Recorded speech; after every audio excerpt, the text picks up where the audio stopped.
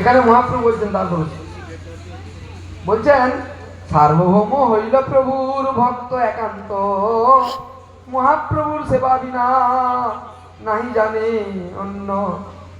শ্রীকৃষ্ণ চৈতন্য সচি সুত গুণ ধাম, এই ধ্যান এই জপ লয় এই নাম।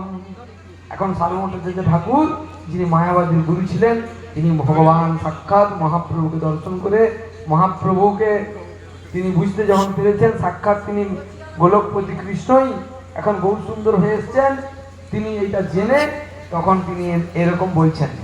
কিরকম বলছেন? একদিন সার্বভৌম প্রভুর অগ্রে আইলা, নমস্কার করি শ্লোক পড়িতে লাগিলা, ভাগবতের ব্রহ্মস্তবের শ্লোক পড়িলা, শ্লোক শেষে 2 অক্ষর পাঠ ফিরাইলা। এখন হারুট হচ্ছে যে ঠাকুর একটি শ্লোক পড়েছেন, সবাই বলুন সেই শ্লোকটা।